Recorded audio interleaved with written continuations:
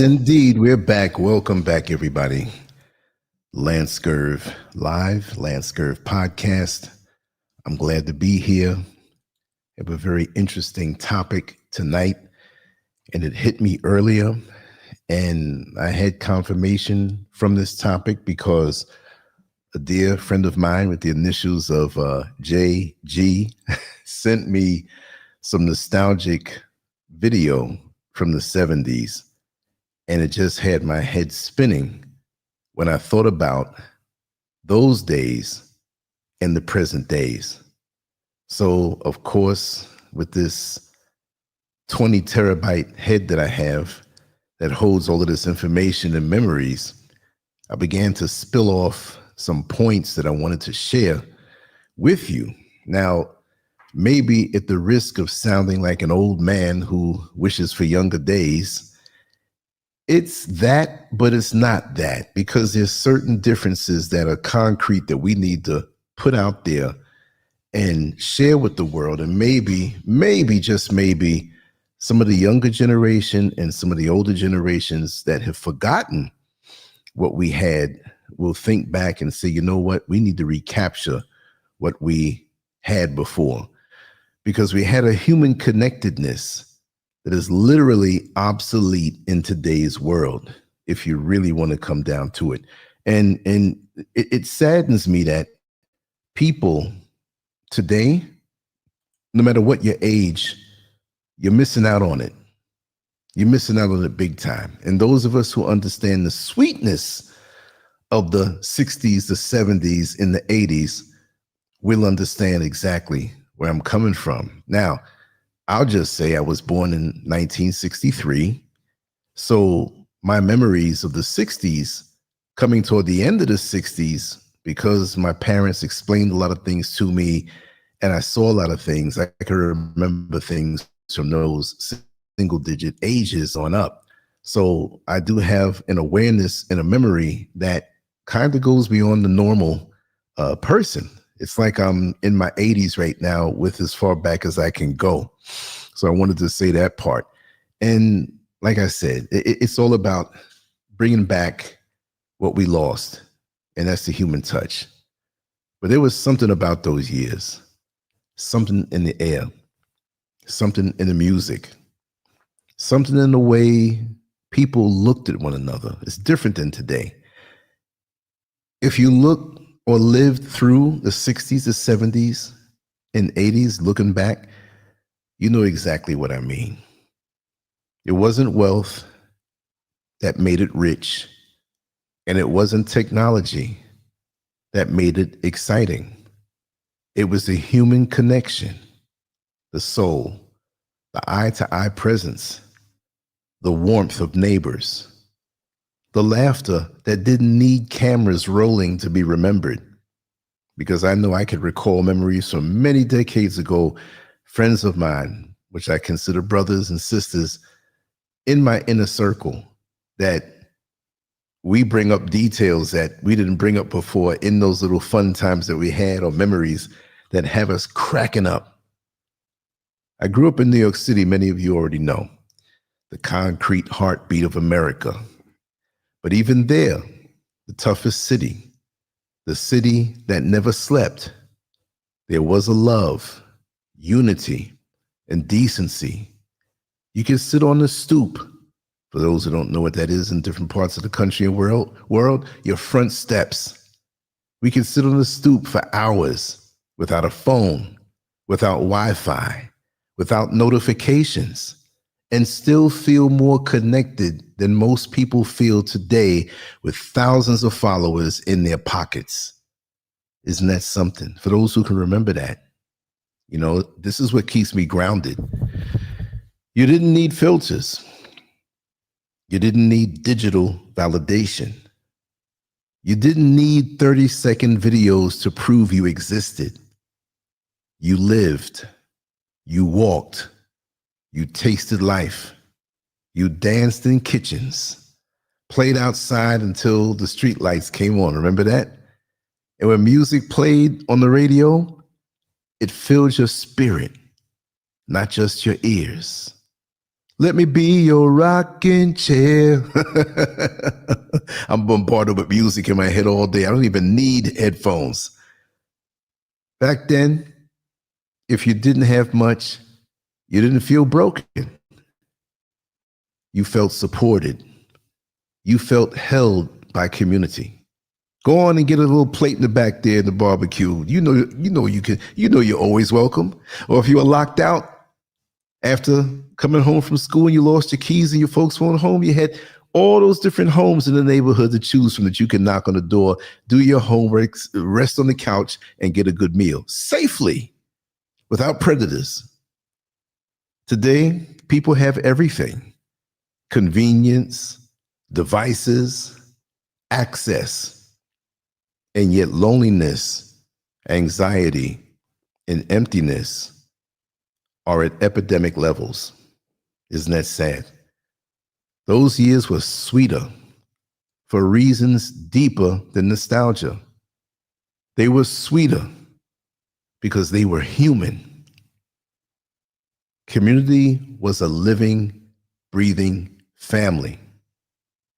You see? Back then, the neighborhood knew you, not just your name, your mother, your father, where you lived, what school you went to, and what time you needed to be home. Elders corrected you with love, and you accepted it because it wasn't about embarrassment. It was about shaping your character. When you walked down the block, you didn't feel isolated. Kids played outside. Adults leaned on stoops talking, and neighbors shared food, stories, and discipline. Today, everything is locked behind doors, behind screens, behind passports. Community once nurtured you.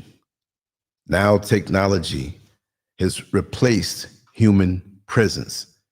Isn't that sad? How are you? Pat likes Kool-Aid. I like that name. Welcome on in. Welcome on in. I'm going to go down a few points here of what I feel in my heart, and I'm soon going to open up the lines after a time to let everybody in who wants to come on in. But I got to keep an eye on this chat room, and maybe for a second I might miss some folks that come on in while I go down my notes. But remember, you all are welcome in. But let me continue on. Music. Music was heart, soul, and craftsmanship. Songs from the 60's, 70's, 80's, and some in the 90's, okay?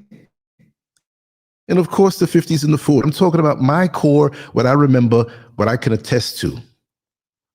Those songs had melodies, live instruments, remember Earth, Wind, and Fire, and messages.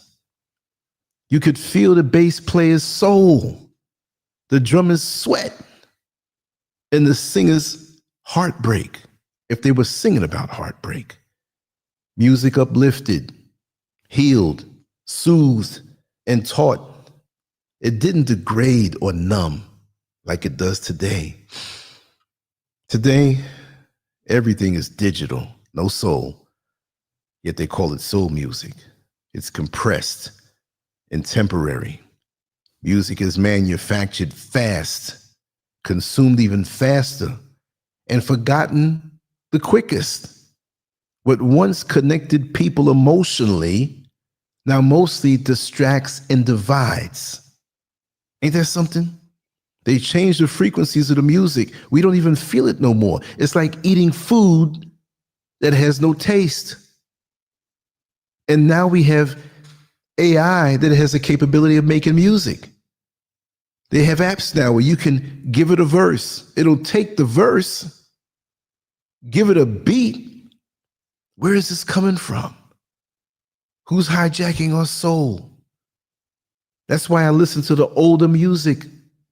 And many of the younger kids are listening to the older music because it has flavor, it has life in it. Not this foolishness today. Isn't that something? But they won't know because they're buried and bombarded with everything that's online. Creativity was original, not algorithm produced. Kids back then made games with sticks, bottle caps, chalk, and imagination. You didn't need filters, apps, or AI. Your mind created the world you played in. Today's creativity is outsourced. AI writes, edits, paints, and imitates. Young people are losing not only originality, but the desire to create. Ideas arrive prepackaged instead of dreamed up on a quiet afternoon sitting on the stoop. Ain't that something? And creativity is not encouraged anyway. I have a theory that I always speak about, and I've said it before. Maybe you heard me say this before. But if you look at the school systems in America, a lot of them are removing music and art. Found that in my own research and just noticing that most revolutionaries that think against the grain and move against what the masses accept, those are revolutionaries who have artistic talents. If you look at most revolutionaries and delve into their private life, you'll see that they were artistic, they were musical, or they had some kind of way of expressing themselves. So to me, if you remove music and art from the schools, those folks who want to have us controlled, that we can't express ourselves outside the box, that it's easier to keep us cookie cutter. That's what I think. And that's what they're doing. We must be controlled. They say that AI is going to take over so much to the point where we won't have to work and AI will do everything. Well, what are we going to do? It's for a man to work and earn, to feel like a man. And I mean, man has his place and woman has her place. And they interlock. But society, because of all this exposure to all kind of craziness on social media, we don't know what our roles are now. We just make stuff up. Well, I feel like a puppy, and I'm going over there in Britain. They have some people walking around, men walking around with leashes, and they women holding the leash. You can do whatever you want. You could also drive on the wrong side of the road, also, but you do know what will happen if you do that. I hope you know that, right? Respect for elders was non-negotiable. You didn't curse in front of grown folks. Not if you wanted teeth in your mouth. You stood up when elders walked in, held the door, carried grocery bags, and said, yes, ma'am, and yes, sir. I couldn't walk down the street of a street where I didn't know the people there and see somebody taking groceries in from the trunk of their car and not offer to do so. This was mandatory. We were proud to do it. Now elders are mocked, ignored, or viewed as outdated. Wisdom has been replaced with Google search bars and TikTok trends. But wisdom can't be downloaded. It has to be lived, witnessed, and passed on. This is why our elders are valuable. And I'm becoming an older right now. I hold reverence for those elders who are 20 years older than my 62 years, or even a little bit more. I wouldn't call myself, but whatever wisdom I have, I'm definitely going to share it. Definitely. Simplicity brought genuine happiness. You didn't need 10 streaming platforms, smart devices, and subscriptions to have a good night, a transistor radio, a street light, and your friends were enough. Today, life is cluttered with digital noise. We have more access, but less peace. More devices, less conversation. More information, and less wisdom. We have all these different ways of communicating, yet we're so lonely. I've never laughed as hard as I've laughed when growing up in the 60s, the 70s, the 80s. Yes, I can say even up to the present day because I know my mind, I know how to live, and I still have my circle of family/friends. And if this present world and the younger generations don't bring it and don't know how, I still have that resource. And there are many people out there who I have recently met who are connected to those times and know how that goes, right?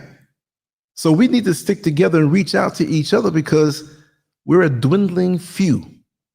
We're still out there, but I never hesitate to reminisce and bring that joy and bring it up to the present day. I'm not living in the past. I'm talking about something of the righteous human condition that we need now. That's like you baking a cake without the milk or the flour or the eggs. You can make eggless cake. You can make flourless cake. You know what I'm trying to say. These are essential ingredients. And I'm going to say it again. That humanity is diminished now. It's obsolete. The connectedness. What happened to us? Let me make an adjustment here on my screen. I want to see who's here. Okay. Thank you so much, Ralph Perry. You're much appreciated. Queen Sister Diane, welcome on in. DM 3000. Yes. And of course, Pat likes Kool-Aid. Much love and appreciation, Ralph Perry. And thank you all for being here. That's right. Character can't be downloaded. You know it. That's the truth. And I'm going to always say that. Respect the truth. Welcome on in. We're going to rock tonight. Outside was the playground, not the threat. Children played in sprinklers, rode bikes freely, and came home when the streetlights came on. Without a doubt, outside wasn't a zone of fear. It was freedom, development, and exploration. Now children are indoors, monitored, tracked, guarded by security cameras and alarms. Safety is replaced by surveillance and outdoor laughter, replaced by indoor scrolling. Our children today, they are missing so much. They're corralled in so much. They're like caged animals, and they're being bred to be antisocial. You scroll, you scroll, you scroll. You should be with each other, laughing and vibing and creating memories. Earlier today, I'll say his first name. I was speaking to my dear brother, family, friend, lifetime friend, because I'm family to his whole family. I love all of them. And there's so many people in the community from back in the day. I'm going to tell you a little story. I'm not going to go into super detail. It's not a lewd story, but it's comical. And, you know, my father and my mother were always protective over me. And they knew that there's certain things I wasn't going to do. I was a good kid. I wasn't going to have the cops calling them up and saying that I'm arrested. You know, I was taught to defend myself, and I have the scars on my knuckles to prove it. But that's how we did it back in the day. And so when the age came when they knew I was dating, I had nothing to hide. But I wasn't always officially dating where I can say, hey, this is my girlfriend. It was a couple of those situations. So what me and my friend were laughing at was back in the day when we had that one big black heavy telephone in the living room that when it rung, it woke up the damn neighborhood. So my father had a habit of sitting next to the phone in the living room, and we had this big black leather couch. We had this other small brown rounded couch, classic with the studs in it, and he would sit there. If the phone rung, he'd usually be the first one to get it. And so a call came in for me, but I wasn't home. So it was a young lady calling for me. We were quite friendly, if you know what I mean. And she thought that my father was me because he was half asleep. He picked up the phone and, she had noise in the background. So she's kind of telling him, read between the lines, what me and her were going to do. So him trying to be nosy out of just being aware of what his son is doing, because back in those days, we didn't have the STDs that we had in the present day. Nothing that a shot couldn't take care of. So she's going into nitty-gritty detail. I'm not even going to say what she said. But he was on the phone. Now, he knew this phone call wasn't for him. He wasn't trying to flirt with the young lady, but he kept his voice low. And as she talked, he kept saying, okay, what else? And she thought that I couldn't talk on my end, but it was my father listening. And she kept going into nitty-gritty detail. And me and my friend were laughing at that because that was funny, because my father heard all kind of things and I couldn't hide, and he knew what I was doing. And what else? And what else? And what else? He wasn't mad when I came home, but the most adult thing I'll say tonight is when I came home, he told me, and this is the punchline, but it wasn't a joke. It was just the way it was.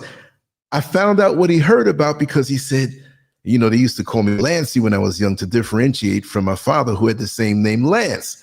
So everybody called me Lancey, even as I got older. Even now as a grown man, people that knew me from back then, Lancey. And you had a Jamaican accent. Lancey, you know that oral sex will tear your guts out. I was like, oh my God. Well, why did he come and say that to me? And then the young lady called me the next day. She says, oh my God, I thought I was talking to you. I was talking to your father. I was so embarrassed. And I don't get embarrassed like that. But memories like that, and I shared it with my friend. We all know it. And we brought that up today, and we were cracking up. And I haven't heard my friend laugh like that in such a long time. He's like, man, your father was a trip. And we all knew each other's fathers. We all knew each other's mothers, aunts, cousins, extended families. And of course, sometimes folks didn't have a mother or a father. It's okay. We had community. We had love. You know what I mean? So that made for some wonderful times. Of course, there were some nosy people. Of course, there were some jealous people, but they were far and few between. Today, it's like that's the norm. I mean, it's like a standoff now. People can't smile anymore. They don't feel joy. You get a new car, everybody was happy for you. You had a good marriage, people were happy for you. If you were going through a divorce, people chipped in and wanted to help. Yes, we did have nosy people, but even they were trying to be helpful. And we know they were nosy. But we felt like people had our back. We didn't feel as alone and disconnected. And that's the world I come from. You see what I mean? So it's just so different. Radio was magic, not the background noise. You waited for your favorite song, listened to late night hosts, and felt like the DJ personally knew you. Radio connected the city, one voice, one frequency, one shared moment. If you were into that radio station, and there was a time that you can call the radio and they'll play the song. Today, playlists shuffle endlessly and music floods without meaning. What used to be an experience is now just filler sound. And even back then, music, yes, was a business, but if the song was continually popular, they didn't rush it from radio play after a few weeks. Some songs went on for 2 and 3 years being played on the radio and still kept going. New stuff came in, but the good stuff, nobody said, well, that song is old. We used to bring the 45 RPM, revolutions per minute, or 33s, but mostly the 45s. And the songs went 2 or 3 minutes long, some a little longer when we got a little older. We had the disco era, and you had the giant 45s. And people would bring their records to a party. Okay, everybody bring their records. And sometimes at the party, there might be 2 or 3 of the same song. That's okay. And we would stand up in the living room or the basement. And if it was the living room, it was the dining room, chairs around the edge of the wall. People next door down the road, they'd bring chairs. So we had all these chairs. The tables were folded up. Food was in the kitchen laid out. And even before professional DJ equipment was commonplace, you would have the record player, and when the song went off, it went off, and they had to go through, and you put the next one on, and people are standing there half sweaty between dancing before we all had mixers. But we were enjoying ourselves, and people would say, hey, man, play that song again. And we didn't have to say that when we had the giant 45s, right? I just had to say that part. But the music, man, the music was beautiful. It wasn't hateful. I mean, could you imagine? You look up the song with P. Diddy and Nas. You can hate me now, but I can't stop now. You can hate me now. What? What happened to the love songs? Even the songs about love where your heart was broken, right? I'm wishing on a star. I can't sing, y'all. And you listen to that song. And it's nighttime when you're dozing off, driving in the car. And it makes you love love. It made you as a man look at a woman not in lust, but as something to be cared for, to be cherished. You want to hold the door. You're not trying to get between her legs. She's so sweet and fine, you just want to adore her. This is the time that I'm talking about. And the music helped to enhance it. I look at old videos from back in the day before many women wore so much wet makeup and they had wigs but when you look at this, look at the banner. Look at the cast of Good Times. And I chose that because that kind of captures the feel in one stroke. I was going to put the dancers from the Soul Train line, but they were so distant. I wanted you to see faces that you knew. Like when you look up at the moon and you see the same moon that I do. And many of you who are in America right now, look up and see the same moon I'm looking at here in West Africa, a common feel. And if you were too young to remember this show, you saw reruns. You see? So it was a different time. And look at Thelma. She has a little bit of, does she have lipstick on? A little bit. But Thelma was every young man's desired girlfriend. She had a beautiful shape, but it wasn't about her body. She had a pretty face, but she's just somebody you wanted to squeeze. Somebody that would make your heart beat just by holding her hand and walking down the street.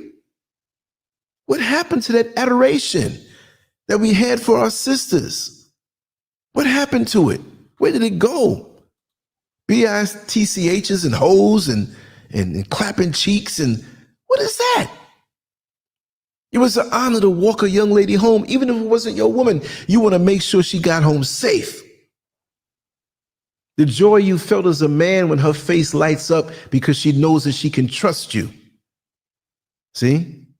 I've seen the different eras go through, and I can talk the talk with the best of them, but that's not where my heart rests.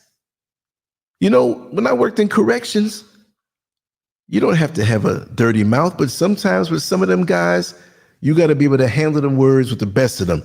And I can talk a lot of them under the table. You know what I mean? But my vocabulary and my way of expressing myself, I don't want to go there. And so these people here on this banner, it was like a surrogate family. I remember when I was going to the high school design, and this had to be around 1979. And I was walking down, I think I could take multiple trains to get there because it was on 57th Street and 2nd Avenue. but I took another way up. There was something wrong with one of the train lines. I took another way up, and I was up on Lexington Avenue, and I think it was 59th Street. And I got up out of the subway. It was early in the morning, nice sunny morning. And guess who I saw? What's his name here? Michael. And that's not his real name. On the left-hand side. He walked right past me in the street. I said, oh man, look, there's Michael. So I really connected. And he was a little short guy. And there are many friends who say that when I was younger, my little afro, my little print shirt, you reminded me of Michael. Of course, we look different now and we look different then, but you know, it was just, everything was about unity. Everything was about togetherness. Everything was about bringing people together.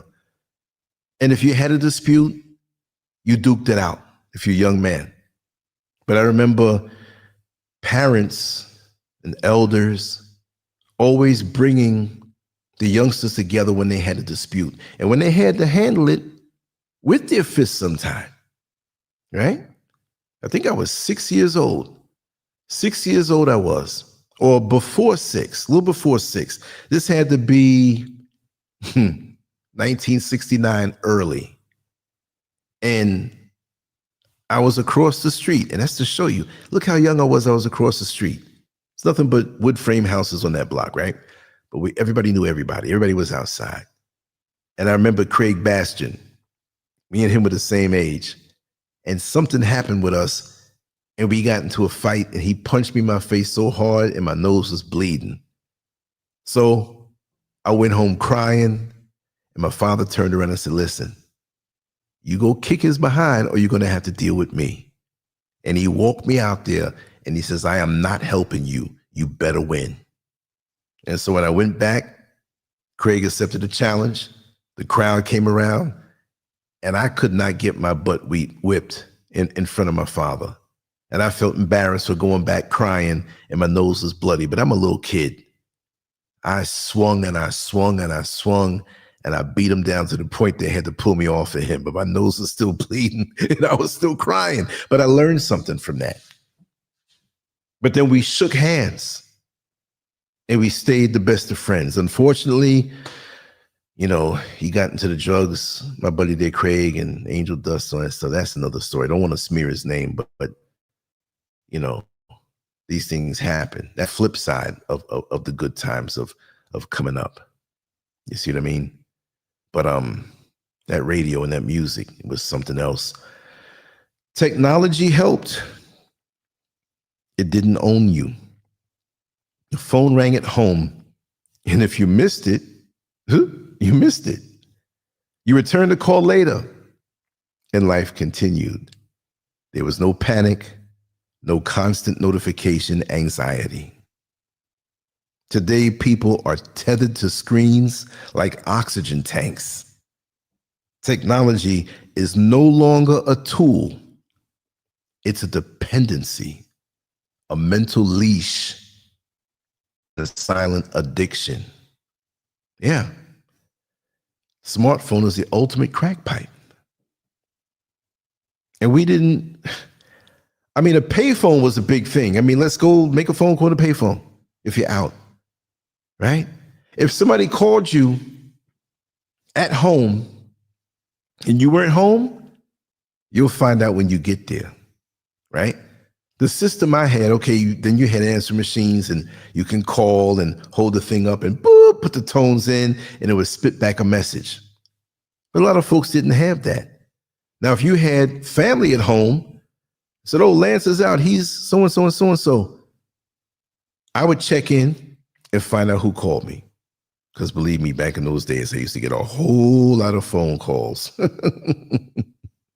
I feel bad. I used to get calls all through if I wasn't home, I would get calls all through the night. And my parents are mad cool. My mother would get up and write these numbers. I'm like, I had to get my own phone. And I did. And she still looked out. Because if I wasn't home, she was concerned. But at the same time, she knew I didn't live a certain way. But the certain way I did live had its risks. Because sometimes girls didn't tell you they had boyfriends. You know what I mean? So that was always on my mind. Be careful who you spend time around. right? School had discipline and foundation. Teachers commanded respect. Classrooms had order, and learning mattered. Even the toughest kid in school knew when to sit the heck down, shut up, and listen. Standards were clear. Parents supported teachers, and children understood consequences and accountability. And that starts young. Now education is watered down, chaotic, politicized, and distracted by screens. Teaching has become babysitting with Wi-Fi. Yeah. The phone, man. The phone messed up a lot of things for us. It sure did. Let me just greet who came in. We got different platforms here, so maybe you don't see everybody who's on different platforms, right? DM3000, Gaunt Predictions, Audrey Derman, Seeker of Truth, welcome on in. Let me flash a few, and I'll do this once I finish going down through my points. I'll flash a few of the things that you said, and then I'll open up the lines, and that's a beautiful thing. I know you all saying some really great comments and stuff. And I like that participation. Like I said, I have to appreciate this chat room and this platform family because there's a lot of drama going on out there. There's a lot of ratchetness going on out there. And I just love to be around highly intelligent people who matter. You know what I mean? It makes me do what I do. It inspires me. It keeps me going. Trust me. Friendships were real, not followers. You couldn't hide behind emojis and usernames. Friendship required presence. You showed up, you sat together, laughed, argued, made up, and grew together. Now people have thousands of online friends and not one soul who truly knows them. Loneliness has increased even as connection options have multiplied. I said that just a little while ago. We didn't have the ability to put a thought out like we do now. Like we can just put something on Twitter, Instagram, Facebook, YouTube, whatever, LinkedIn, TikTok, and thousands of people see it. And they'll just put an emoji or heart, thumbs up. You know the name, but you really don't know the person. And even people that you actually know, you may not even know their username. It's getting to be a big blur. There's a lot of platforms that I've had that were taken down. There are people that I knew that kept calling, or kept contacting these, and oh, he's doing this, he's saying this. You get enough of those calls, they'll take it down. In December of 2020, months after I came and moved out here to Ghana, I had a Twitter account before it was called X, but it's the same thing. And I had 32,000 followers on that particular account. And it was taken down really for no reason at all, and it didn't hurt me because I realized that if people want to reach out to me, my name is out there, my number's out there. You can come, you can follow me, right? And now you have a thing called shadow banning. You just don't know, But it's not about just numbers for me. And there are people who follow me now. My old YouTube page was taken down last year. Had a tremendous amount of followers, but it's okay because that's not my main thing. I'm old school, y'all. For me, it's the connectedness with the people who come in live and we talk and we vibe through the comment section. If that's all it's going to be, that's fine. Because even in the old neighborhood, when you went to the supermarket that was in your neighborhood, but you might have seen a face of somebody who lives several blocks over, you might not know them exactly all the way, but you know their face and you know they're part of the neighborhood. You might go to the PTA meeting and see them there with their child and realize that your children all go to school together. The connectedness should go on beyond cyberspace on different levels, because it's a spiritual thing. It's a soul thing. So we're connected, many of us. I'm not saying just us here, because we have a deeper connection. When you come on this side of town, on this platform, you'll see what the flavor is all about. But there's so many who don't have that. To be able to transcend the technological limitations, to make you feel something, not just acting stupid for likes and clicks. I never did that. It's about the soul. You see what I mean?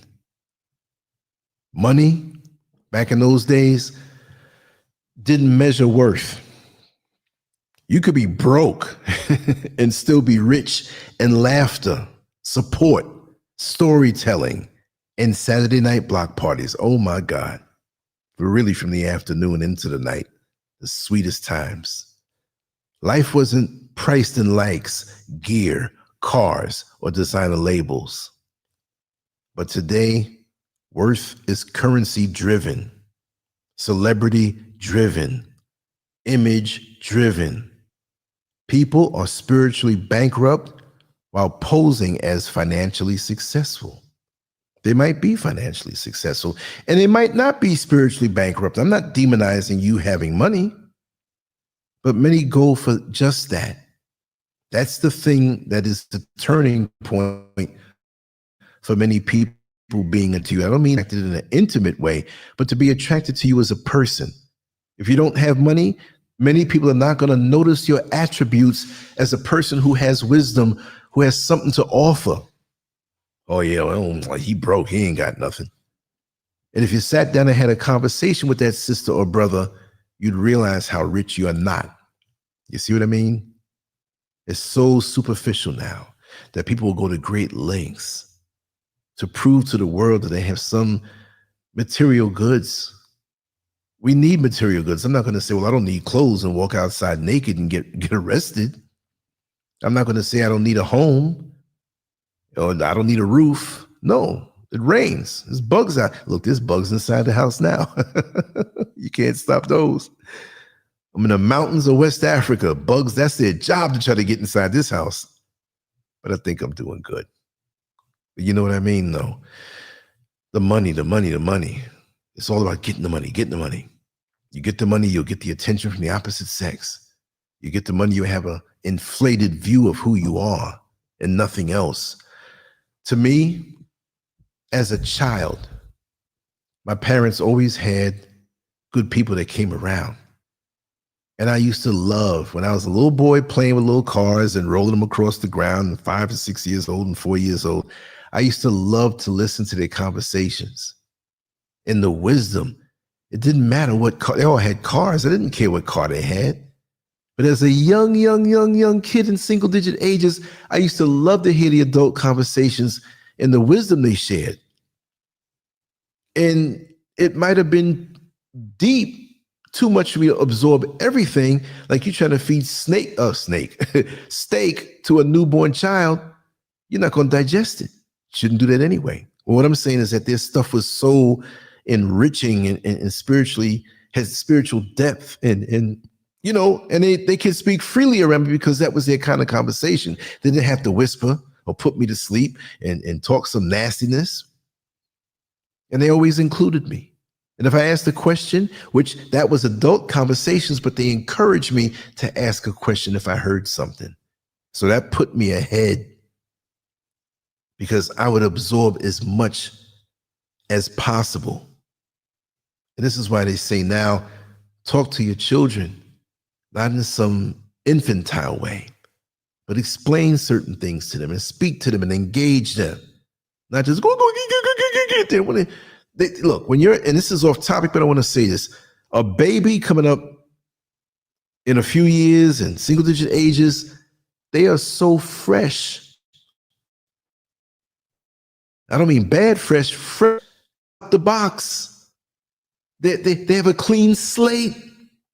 They're ready to absorb. They're going to absorb more than they ever could in their whole life. They're not worried about a mortgage. They're not worried about a car payment. The world is a wonderment around them, and they want to absorb. This is why, and I had an old audio tape of me because we had this old Panasonic tape recorder, rectangular, where it had to play, and you push record and play at the same time and record, fast forward, reverse, eject, and stop. And we had cassette tapes in there, and I used to love to record, my mother, my father, me, and my voice was so young. Daddy, why this? Why? And he kept answering, oh, why? Because the car needs gas to drive. Why? Because the engine, the way, and I kept on, and he didn't get mad. I wanted to absorb as much as I could. You see what I mean? And it's that engagement. Now you hand the kid a smartphone and just leave him be. Let him scroll. No connectedness to you, no looking to you for wisdom, and you wonder why your children grow up and don't know you. Because this has been around for a while. Let's just say last 20 years. I mean, social media was kind of around before this. So, MySpace and Black Planet was there, and before the precursors, message boards back in the 90s. But this smartphone connected to social media business this last 20 years, it's a wrap. YouTube turned 20 years old. I think, Facebook turned 20 in 2024, if I'm not mistaken. So these folks that say they were young kids that were 10 years old when the connection of the smartphone and social media happened, they're 30 now. Their whole experience has been different than those of us who are older. And I can't say that they're all bad. There are many smart youngsters that had a blending of a good upbringing and the aid of technology, but they didn't drown in it. You see? Food was real, cooked and shared. Meals were seasoned, slow cooked, and eaten together. Families sat down, prayed, talked, and listened to each other. Sundays meant dishes, clanking, laughter, and second helpings. Now food is fast, chemical, microwaved, delivered, and eaten alone in separate rooms. Nutrition has been replaced by convenience, and convenience has replaced communion. So is it really convenience? Food was a righteous ritual, and I don't mean ritual like something on some witchcraft type stuff, although some people who do that mess around with your food, I know that. But in its innocence, in this wholesome manifestation, a meal wasn't just, I'm going to sit down and get something to eat and get some calories in my stomach and knock off hunger. No, that was a time of more accountability. You were careful in school what you did because your mother or whoever was home got the phone call before you got there, and you knew you had to sit there around the dinner table and eat. And you had to answer, not that just the dinner time was a time of scolding, but we were going to bring it up. We were going to bring it up, and you had to face it. So you know what? I'm not going to do that because I know I'm going to have to be chastised for that and or punished, right? That's the way it was. Privacy was a right, not a commodity. Your mistakes stayed in your neighborhood, not uploaded globally. When you really think about that, youth had room to grow without the world watching. Now, every misstep is recorded, shared, replayed, edited, and judged. Humanity has lost its ability to evolve privately. See, you do something wrong today, there's always a phone to record you. And whatever you did that was a misstep, You were that forever. I just ran across a clip while I was preparing for this show, and it was a young man with some type of electronic device, and he touched it to an aluminum can, and it was like a gunshot went off, but there was something in the can because aluminum and electricity, they don't blend. And he was touching different things with this thing. And there was a couple, young couple, they were behind him sitting in a chair, and the young lady was straddling the guy's lap, and they were hugging, and they were just hugging and laughing at what this other guy was doing with this conductor. And so the camera was there. Now, this is a clip, they say, from 15 years ago. And he held up a bracelet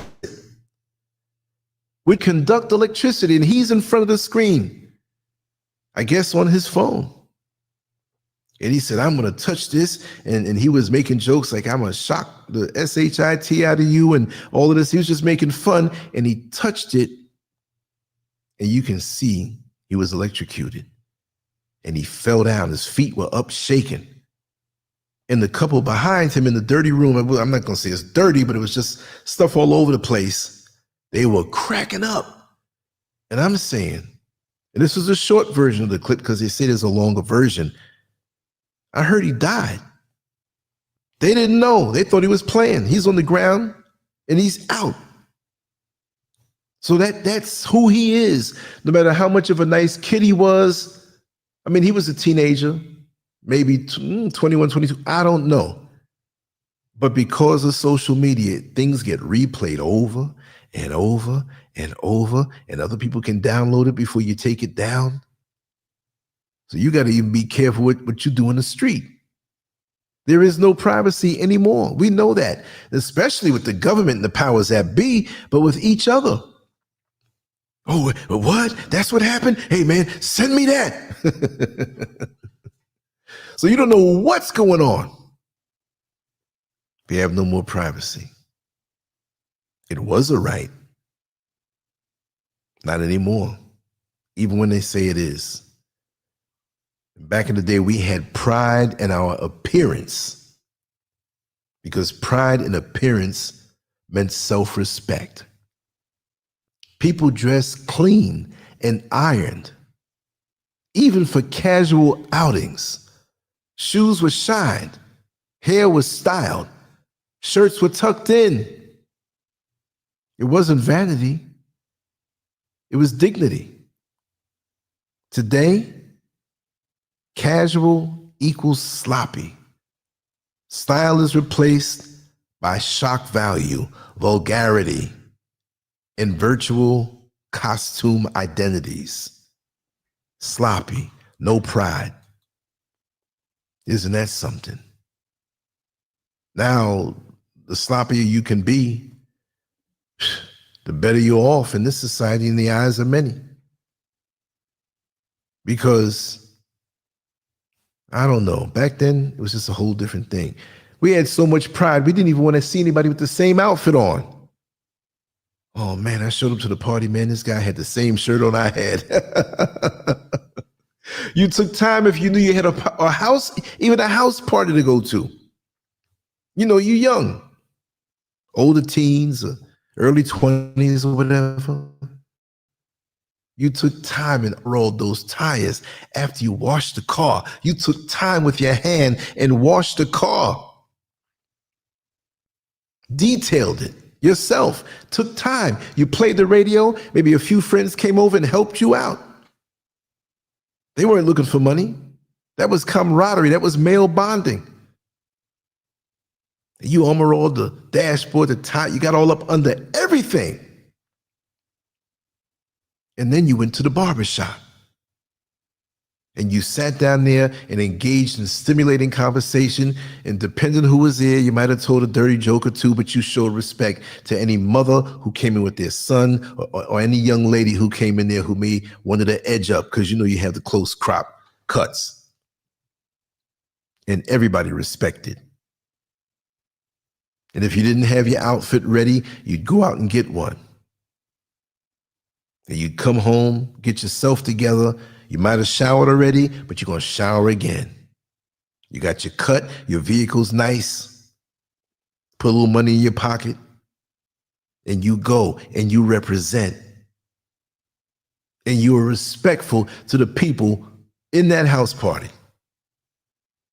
If you went with a different friend, another friend, and you didn't know the people in that house party, it was another part of town, you really went respectful. You didn't push up on some young lady and you didn't know her status. You'd sit back and eyeball everybody, but you would be pleasant, but you'd make sure, I'm not just going to run up in here and just run up on some woman. And first of all, in the family atmosphere, you had fun.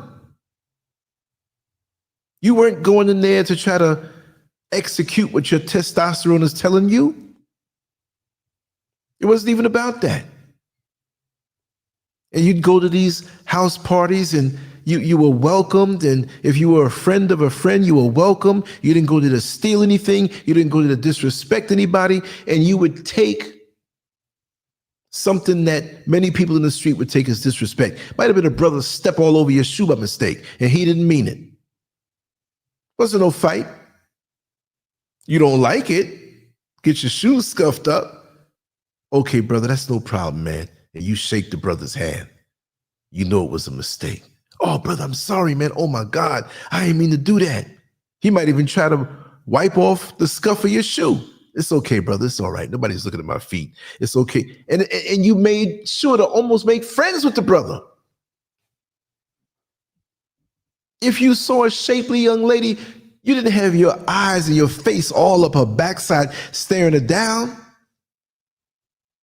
You might have covertly stole a glance, but you want to know who she is. And you wanted to make sure it wasn't there with anybody because you weren't trying to disrespect anybody's family. You go up in there with that and oh, that's my brother's a fiance, man. You know, some guys these days will still try to push up. I mean, and it happened back in those days too. But it was a code of honor that you wanted to be looked at in a positive way. So that when people ask for you, who was that young brother that came with you? I like his style. I was checking him out for a while. This is somebody's mother or grandmother. He's very respectful. Let him know he's always welcome here. That's how you do it. And it was a beautiful thing. But more and more as time went on, people didn't want to open up their homes anymore. Open up their homes. They always took that one bedroom in the wintertime, in the cold climate of New York in the wintertime, right? That was the coat room.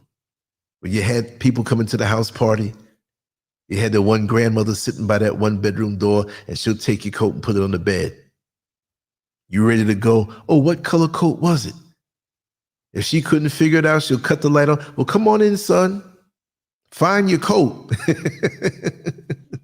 What happened to all of those days? Now, I ain't letting nobody in my house, and I can understand why. We're unhinged. What happened to the culture? Who stole the soul? We've been turned against each other. Beautiful times.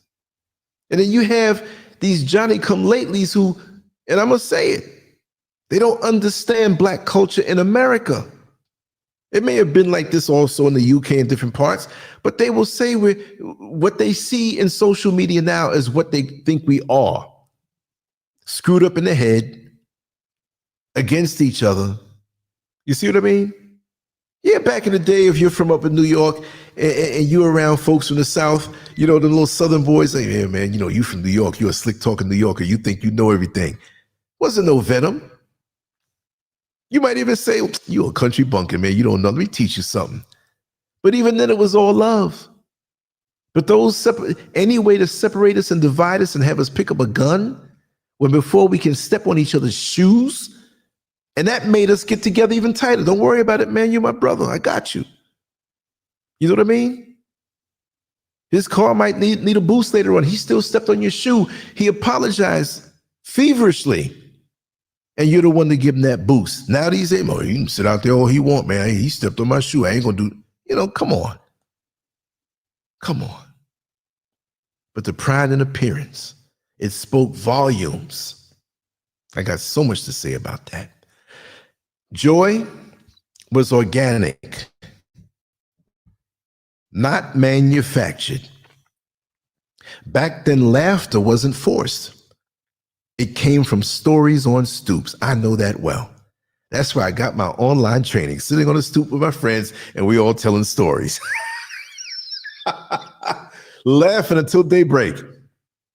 But the stories on stoops, card games in kitchens, singing on subways, and slow dances at community centers and house parties.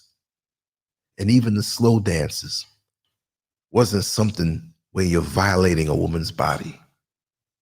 You were just so glad to hold that woman close to you, cheek to cheek, your hand in the small of her back.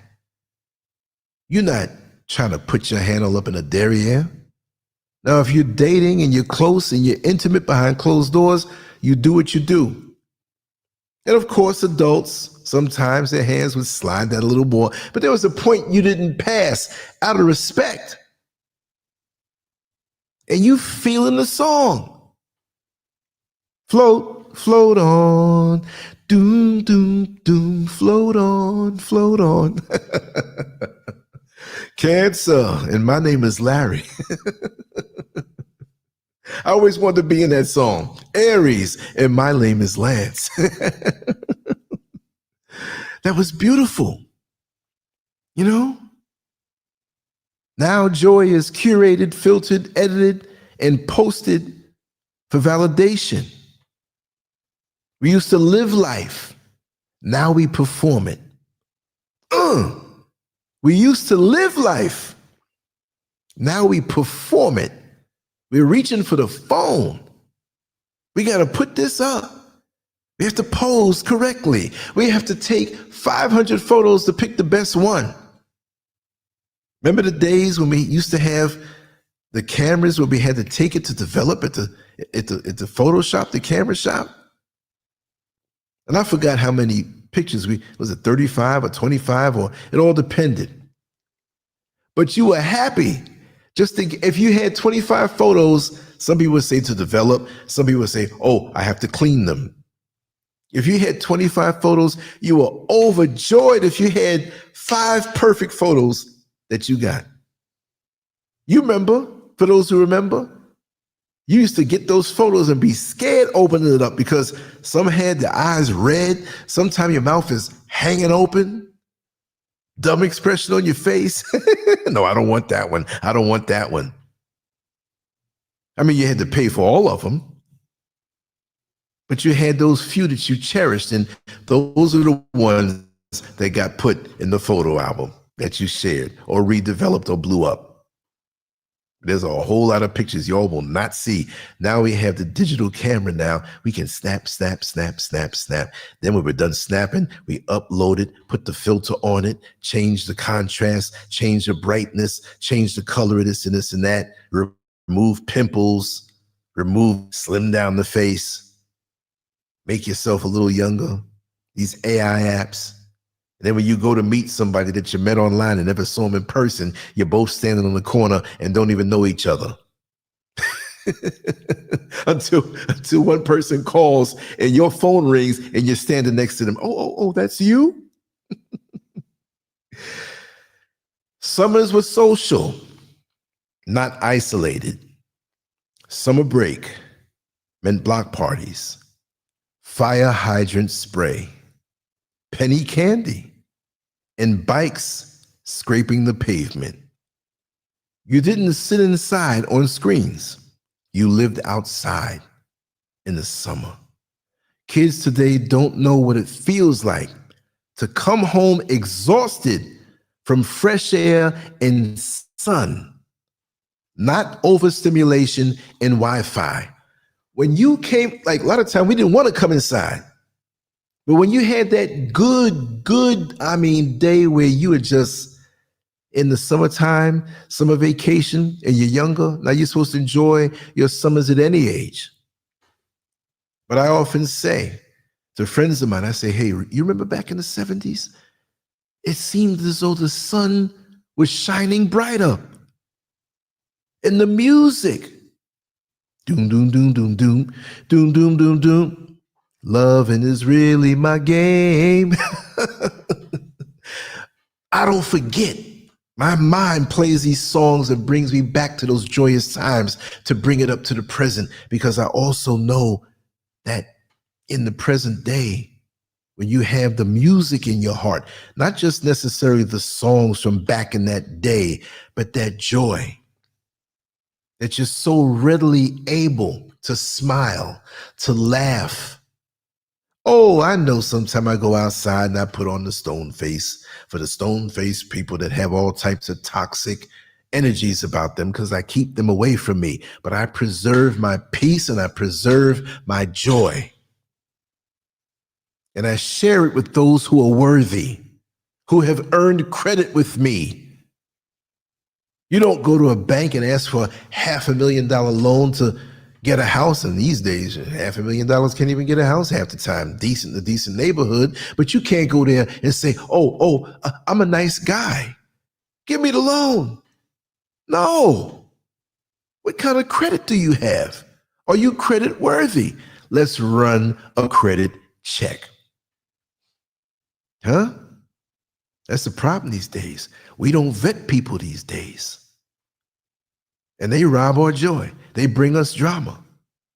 But back then in those days, not everybody, but in the age groups, we went to the park. We had fun. We played softball over in Smoky Park in Queens, New York. That was my experience. Or Ajax Park or Lincoln Park. And we all had that. They had handball courts, softball courts, basketball courts. I sucked at basketball. I was the last person to get chosen on the team. I was always throwing bricks. But nonetheless, we still had fun. We were still all accepted. Oh, I see Kevin. Yes, I'm telling you, come on, man. I wish you can come on in. Because all the nostalgia, this is the same Kevin. I told the story, Kevin. I told it in a way. And what else? And what else? And what else? like when I get on these live streams, it's like documenting my life. But yeah, that's my brother. That's my friend. He knows. Oh God, if he wanted to blow me up, he knows a lot about me that the world don't know. Right there, Kevin Clark, right there in the chat room. Come on now, kid, it's me you're talking to. I was telling him about that too. But the next point I want to say, television created family time. You had only a few channels. Channel 2, Channel 4, Channel 5, Channel 7, Channel 9, Channel 11, Channel 13, Channel 21, Channel 31, and those are a little fuzzy now. Then you had, this is New York, Channel 41 and 47, those Spanish channels. And they were real fuzzy, but they had the boxing on sometime. You had less channels, but that scarcity made every show a moment. Families gathered, snacks prepared, eyes wide on the same screen at the same time. Now every kid watches their own device with earbuds, disconnected even while in the same house.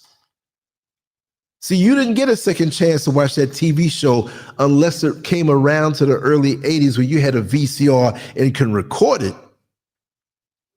But before that, you better be there.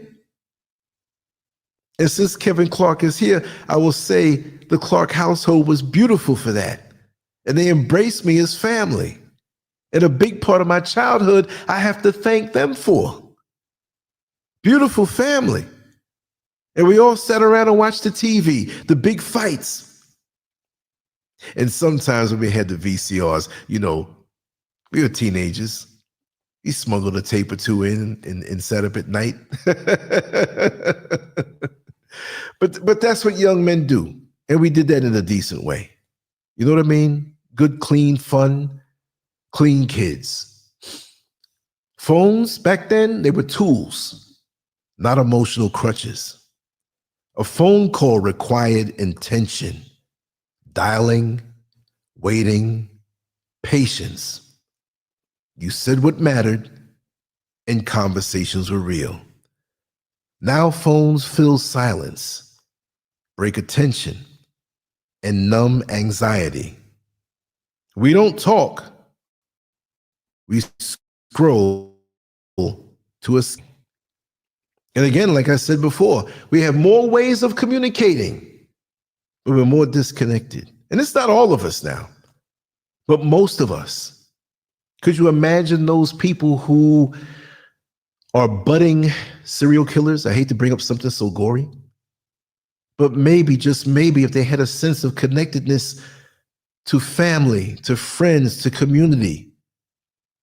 I couldn't wait to get over to Kevin's block because we had a buddy of ours, Junior, who had a gym in his basement. We started working out down there, memories and jokes and having fun.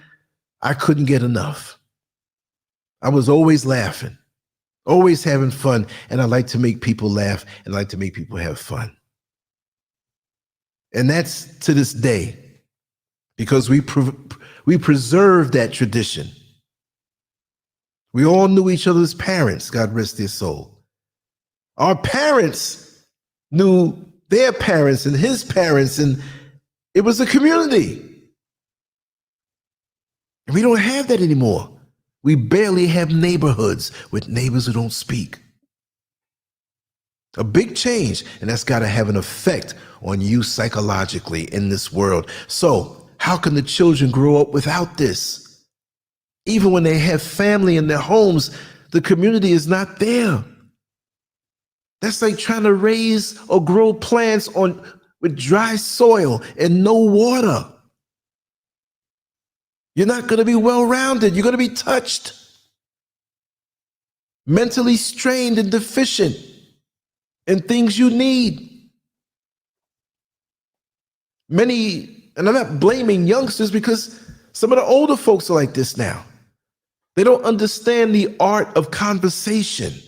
They don't understand the art of leaving an impression to a stranger in a good way. You go to the doctor's office in the waiting room. You might have to sit there for an hour or two. You don't want to read the latest golf and tennis magazines, science magazines maybe. So you start having a conversation. It starts out with small talk.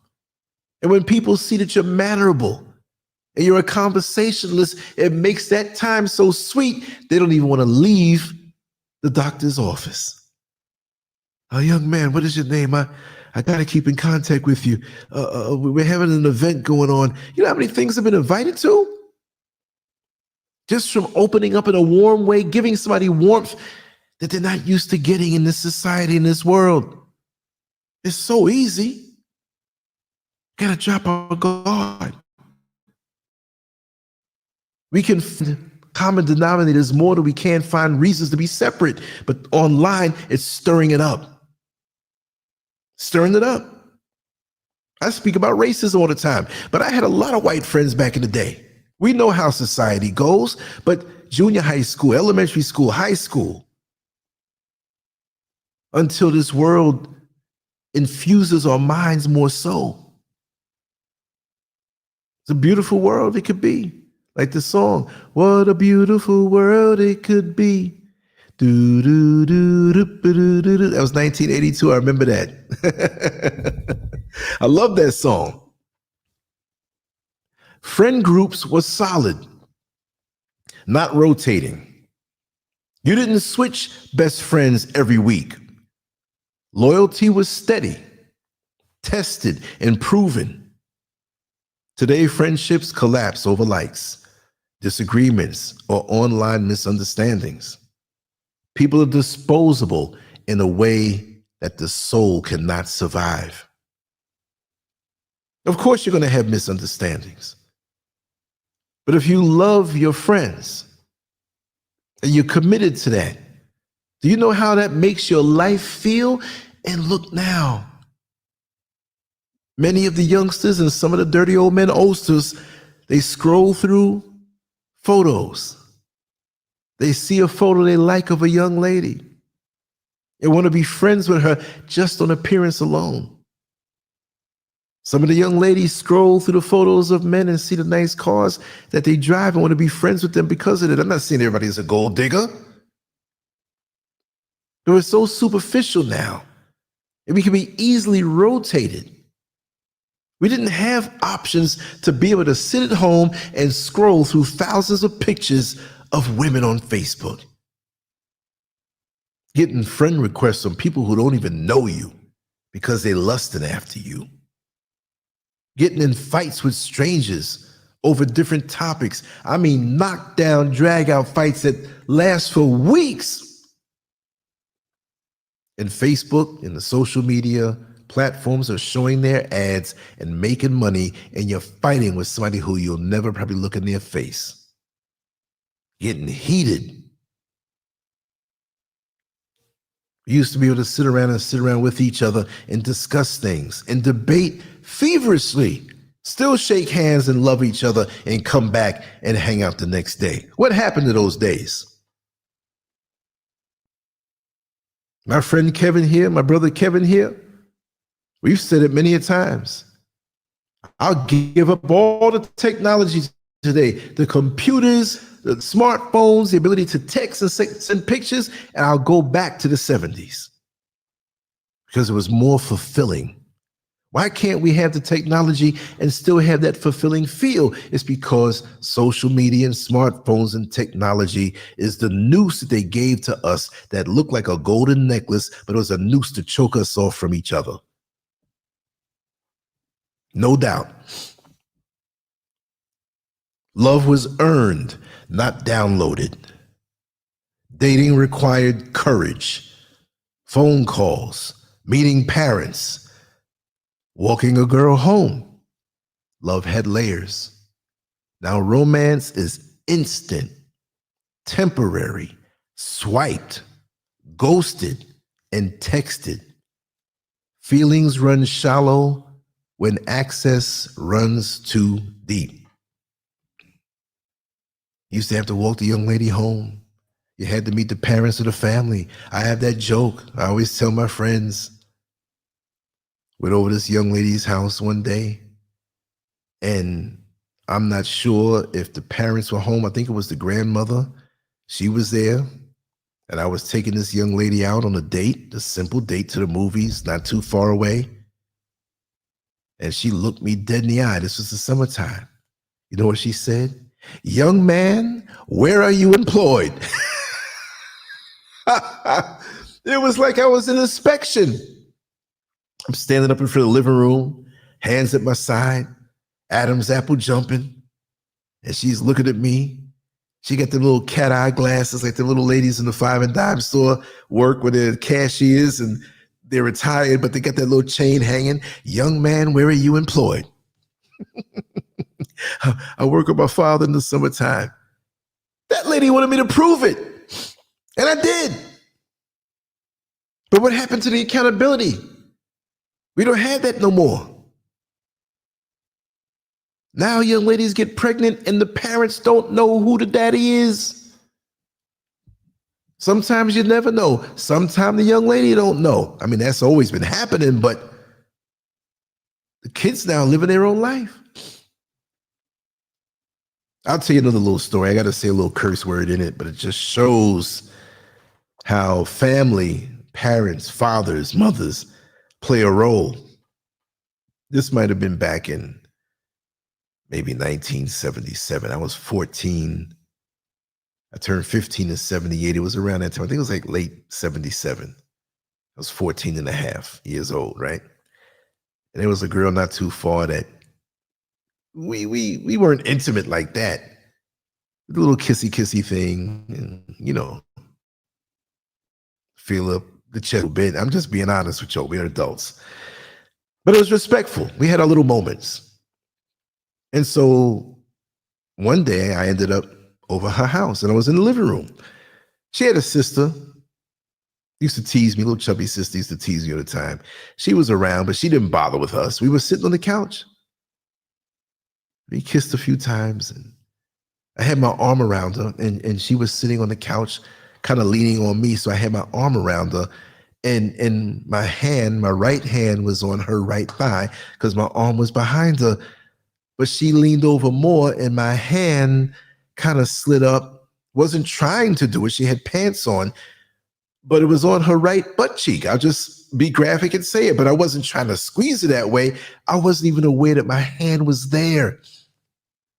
We were relaxed. I was leaning back on the couch. And we were just having a quiet moment. And so the front door opened up. We were almost dozed off asleep, but we weren't. We were zoned out. And I didn't realize the position of my hand. So the father came in. He knew me from dropping her off at the front gate when we would walk, or a bunch of us would walk in from school. But he saw me now in the house. And he saw me now sitting with my arm around his daughter. In my right hand, now he's a father, it was almost like he was the bionic man, you know, the $6 million man back in the 70s, and he had that vision, and when he would look at things real close, and you heard that sound, well, his eye did the bionic man thing on my right hand, on her right butt cheek.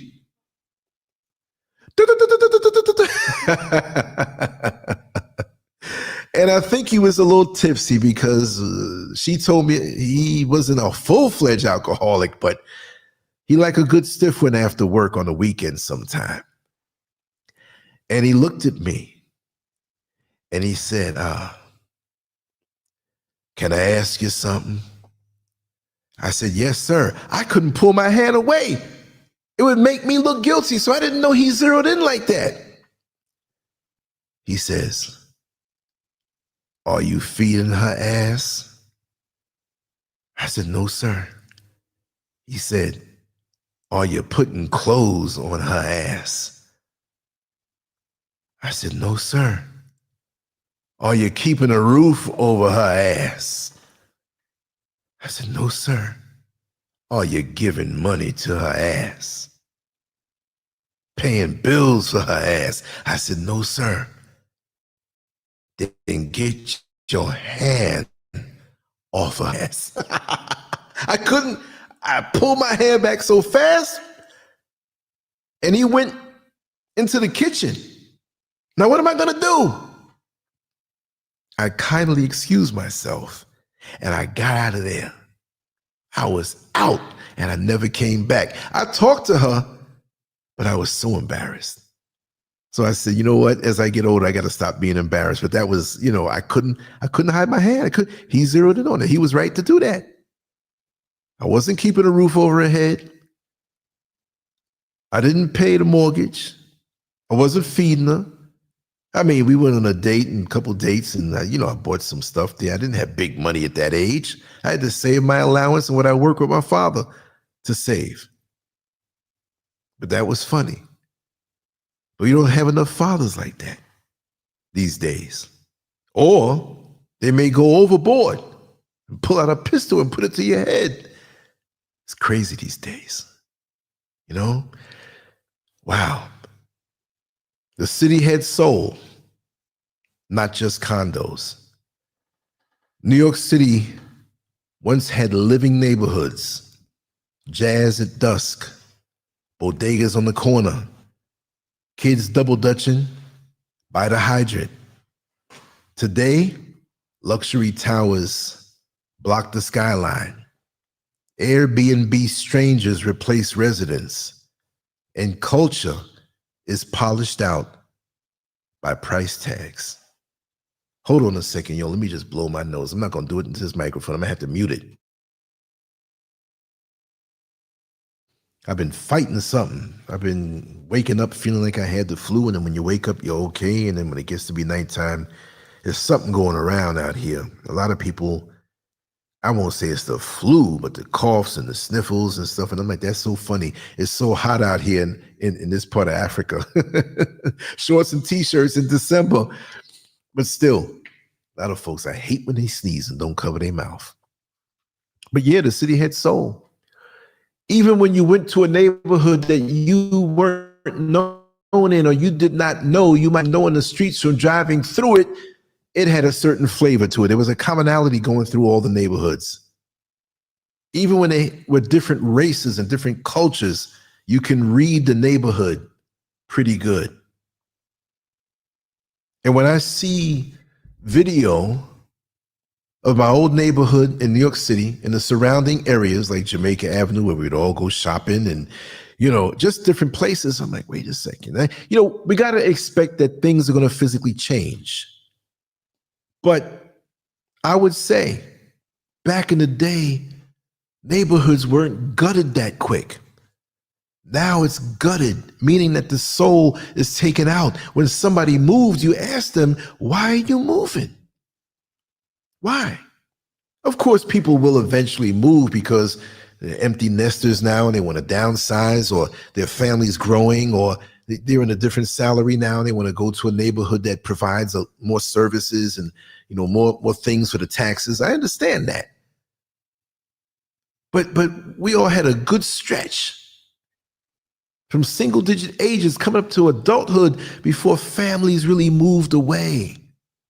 Now, I understand when parents get older and they want to move south or they want to move somewhere else, or maybe one of the spouses passes away. I understand that part. Life happens.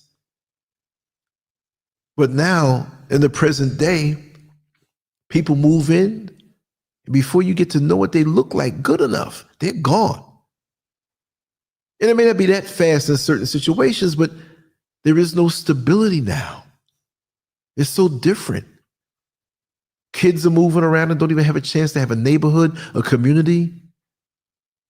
They meet other kids and then it's gone. The wonderful thing when you have children and they get a little older and they come up in a stable neighborhood and they run into friends of theirs as adults and they're so glad to see each other. What happened to that fabric? We don't have that anymore. And again, like we say, the scrolling, looking into the phone, we're not even looking around at each other. News held integrity, not sensationalism. The news, we know it's propaganda. We know different channels had different political affiliations, but it wasn't as aggressive as it is now. You can have Fox News tell a story, and you can have CNN tell a story, which they're both propaganda, but they'll tell the same story completely different and leave you feeling different and leaving you at war with somebody else who has a different political affiliation. It's the same politicians ripping everybody off and lying to everybody. Ain't that something?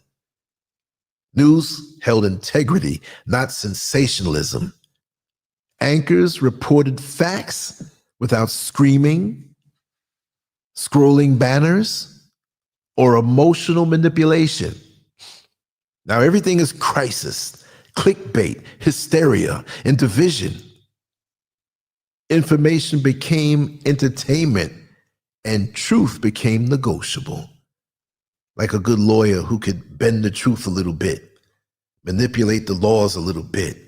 Like a good pastor, I'm not saying he's good, he knows how to bend the scripture for that pretty young thing that just joined the congregation so he can get his hands on her, using scripture for his benefit. That's a whole other show. We'll go back. I always talk about the bad pastors. We're going to do one of those soon. But now everything is breaking news. Breaking. I'm tired of it. There's apps on my phone I'm going to get rid of. Everything is breaking news. Everything is crying wolf. And when something really does happen, you won't even notice it. So we're walking around in a high state of alert. A high state of alert because of all of the stimulation. You see? And it's in our hands. It used to be where we had to wait to come home at night and eat dinner and see the news. Let's check out what's going on in the news. And we got to realize now that even back then, news was a business. News is a business today. Why? The advertisers need you to keep the butts of the viewers in the seats, right? That's all it is for them.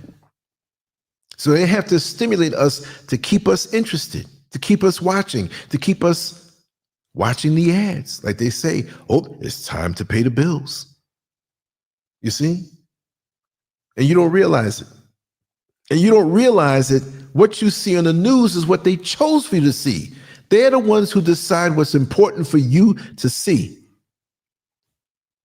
That's why you got to tailor what you see as news by the apps that you use and what you choose to see. Because there's so many things now with AI on YouTube that look real. And you got AI making things that look real with the voice and the movement and everything. You got to filter through what's real and what's not real. And they'll have us believing all kind of stuff. Forget the folks who are getting high, taking pills, and looking at the smartphone and seeing this AI stuff. Oh my God, man, there's monsters coming through New York right about now. And it might not even be real. But the news, nah. I like to go to individual websites that speak on the news and talk to people in those individual countries to find out what's really going on from the ground, right? It's like people who tell me, I've been here for 5 years and 3 months in Ghana, in West Africa. Hey man, them lions and tigers out there, man, you better be careful. They're gonna eat you up. Lions and tigers? Are you serious? Man, do they really live in mud huts out there, man? Or living up in the trees, whatever? I'm like, yo, the propaganda got you bad. You got it bad. Oh, man. We got to control our mind, seriously, because there's so much bombarding our mind. And we process this stuff, and we look at this stuff before we go to sleep. Lots of times. And we go to sleep with this stuff in our mind, and it sinks in our subconscious mind. Be careful what you look at before you go to bed. You shouldn't really be looking at anything before you go to bed anyway. And if you look at anything, look at a book. It has no blue screen. It's not going to keep you up. It works your mind because you have to process the words and formulate an image in your mind of what you're reading. Now we don't have to do that. So we don't have to exercise our mind. We just open up our eyes and let it on in. Do me a favor, open the door and let it in. Your subconscious is wide open. Do you leave all the doors open to your house and go to work? Well, I'm just going to leave all my doors and all my windows open. I trust everybody. You come back, there's not going to be nothing there. You open up your mind to all of this stuff, and the important stuff will not be there. You have all this other junk in your head. I've said it before. They did a study. I can't give you the exact numbers. I'll just tell you in general. Of course, this makes sense. What bombarded your brain back in the late 60s from radio, from TV, from newspaper pales in comparison to what bombards your mind now. Have you ever got on a news app or any app, or you're doing something and all of these pop-ups keep popping up? Have you ever been on your phone and you're scrolling, or you're about to hit something and something drops down and you hit this other thing and it takes you somewhere else? I mean, it doesn't get any worse than that. You can't even have a break on your own phone. All these things popping up, popping up, popping up, popping up. And you go to sleep and you doze and you're like, well, let me see what else before I go to bed. Let me see. And you see 10 more things. And they keep, well, I'm just going to stay up a little longer. And you look around and the sun is coming. And your day is messed up, or you're walking around the day tired because you should have got to sleep. And do we sleep deep anymore? I know I sleep good now. I'm away from most of the stimulation. And I wanted to do a longer live show tonight, so I'm staying up a little later. I have really nothing to do tomorrow. I got things I want to do and I am going to do, but I don't have to do them. I can wake up and say, I ain't doing nothing today. I'm just going to take a walk. I might do that. That's the leeway that I have in my life now. It's not packed up with all of this mental stuff. This is why I can get on here and just run my mouth and talk. and make sense. I'm not coming on here with no mumble rap. You know what I'm saying? I hate that mumble. Speak right. Family discipline created stability. Parents didn't negotiate morally. There was no negotiation. Are you feeding her ass? Get your hand off her ass, right? You obeyed because it was right, not because it was explained endlessly. But you knew what was right and wrong because you were taught right from wrong. Parents didn't negotiate morality. Kids grew into adults who understood boundaries and respect. Now boundaries are optional and respect is conditional. Ain't that something? You taking care of youngsters in your home, young teenagers or whatever. I know times can be hard and folks will stay with their folks. They got a little extra apartment. Ain't nothing wrong with that. As far as the boundaries are concerned, like this, you're paying for this every month. You're helping out. It's a separate part, but you're still going to respect. You're not blowing weed up in this house. Yeah, I'm giving you that apartment, but you're not smoking weed up in here. Yeah, you grown. You paying for this part of the house, but you ain't bringing all these women up in here. How many times can we say that now? Respect is conditional. Now boundaries are optional. Back in the day, heroes were real people, not daggone influencers. Firefighters, teachers, bus drivers, I had to throw that one in. Everyday individuals were admired. Now children idolize strangers online whose primary skill is attention harvesting.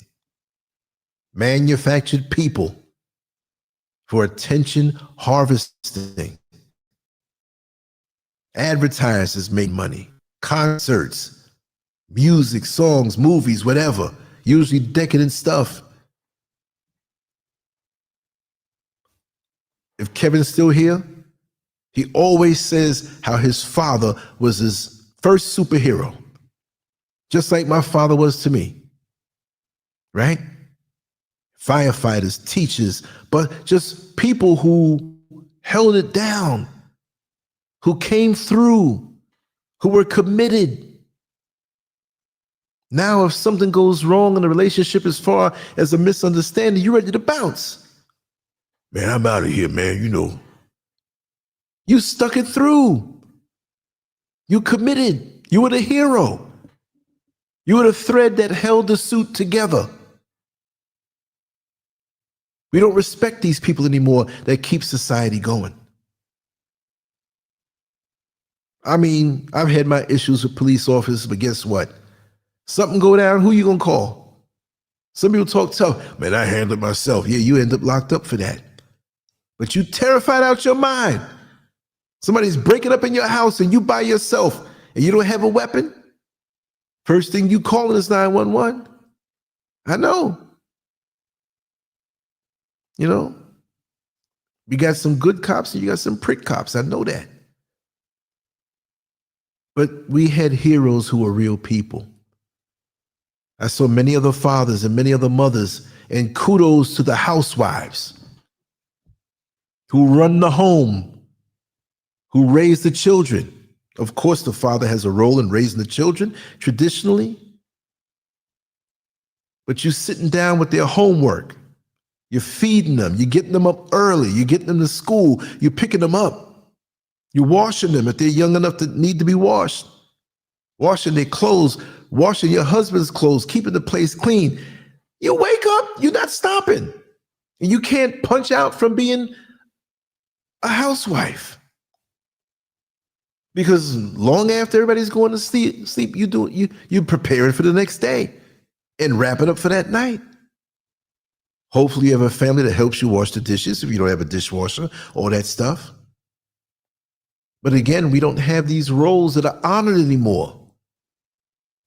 That is a necessary. I can't even say job. That's a necessary 24-hour commitment when you have a family and you both play your roles. And when I say play, I don't mean play like it's a game. That's just my slang.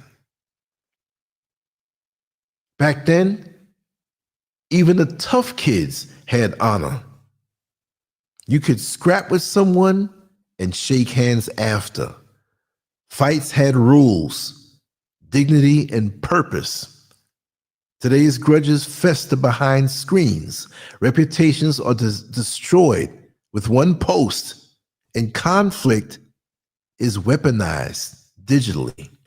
And not just weaponized digitally, what happens on the smartphone in front of Eddie. Heard what she said about you?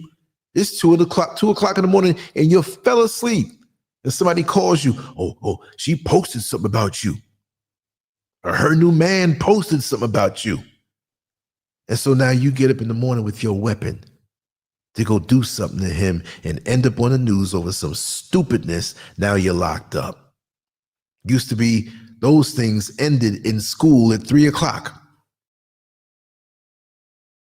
The staff investigated the next day. Your parents were involved and you had to know what was going down.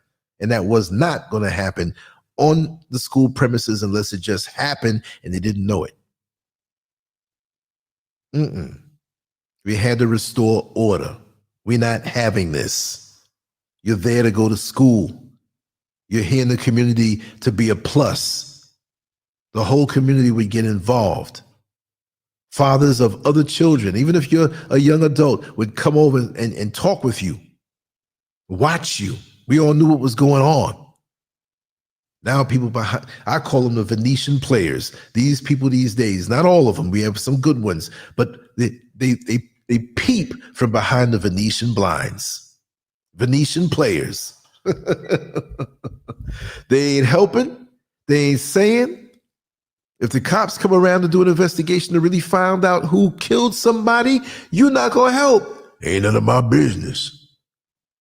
Okay, so when something happens to you, how do you feel? But we should operate in a way in our communities where we don't even need the police. I'm not hating. I'm just saying we should be self-sufficient.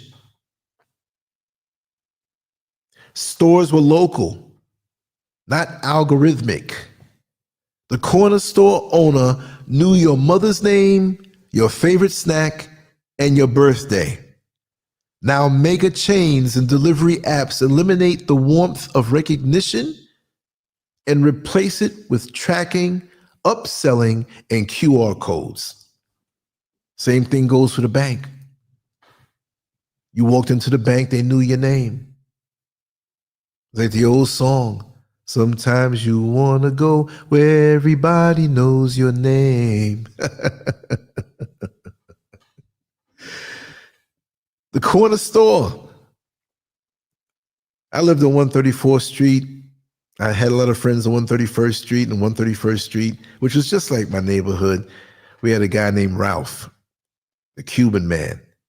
And he had that first little store in the corner, got the liquor store across the street on the same side of the street, the apartment buildings diagonal, and the building where the gym was housed, the powerhouse gym we worked out in. And our friend Junior, who had the gym in the basement, he rented up there. And we had such a community feel. That building, that first corner lot, it was a building there. It used to be a bakery. They had a brick oven in the bad boy. And we all was so much into the camaraderie and the love. He'd buy us food and things before the gym was open because we had sledgehammers and we had to break down that brick oven. It wasn't just a thin layer of bricks. It was several layers of bricks. I mean, it was huge because it was a bakery. Man, that whole summer, that's all. And we were dirty. And whoever can come, they come. I always went.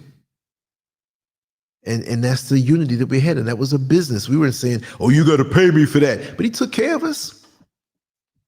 We were so happy to have a gym in the neighborhood. And we started competing from that gym and represented it in competitions. It was a wholesome foundation for me. The neighborhood, the community. I'm so rooted in that I'm unshakable now in 2025. I don't live in New York City anymore. I haven't lived in New York City since February of 2001. But I'm a New Yorker to the day I pass. That's my root. And the experiences that I've had, the wonderful people I've connected with, the memories and the wisdom gained, it undergirds me no matter where I go in this life. And that's why it's important for our children to have a great foundation. No matter what they choose to do in this life, we need that. We need that. But the local stores, and then Ralph on the corner store, eventually he turned it into a plumbing supply place. And that's where I bought my first jacuzzi for the house that I had in New York City. And I hooked that place up. But I didn't let it keep me. I'm always looking to ascend, to venture and see what's behind the door, because I trust in my instincts. Community events built pride. Cookouts, church socials, block parties, and street festivals created belonging. Now events are marketed spectacles, sponsored, ticketed, and designed for content creation, not connection. They're more interested in promoting that and videotaping that and documenting that event because next year they're going to have the other one, so they want to show you what's going on the year before. People show up with their cameras and it's just that. What happened to letting go? Look, if you want to, there's a performance or you want to videotape some of it or you have somebody come, I have no problem with that. But everybody? Nobody's looking at each other. They got their phones up. The plastic smiles. No genuine hugs. No connectedness. No living in the moment. That's how you make time go slow. You live in the moment. You don't detach from the moment and wonder how you're going to get the best shot. You can do a little bit of that, but the whole event, and you want to run home just to edit video? I'm going to increase me because I do this and I'm in a different country. And I used to do more of it. But in building this house and doing different things, it took away from a lot of that. But with things coming to a close soon on that level, I'll be taking my camera and going around to different places even more so. Just impromptu, not even staged. Oh, put on more makeup so I look better. Oh, let's put the filter on. Oh, no. Walk and talk.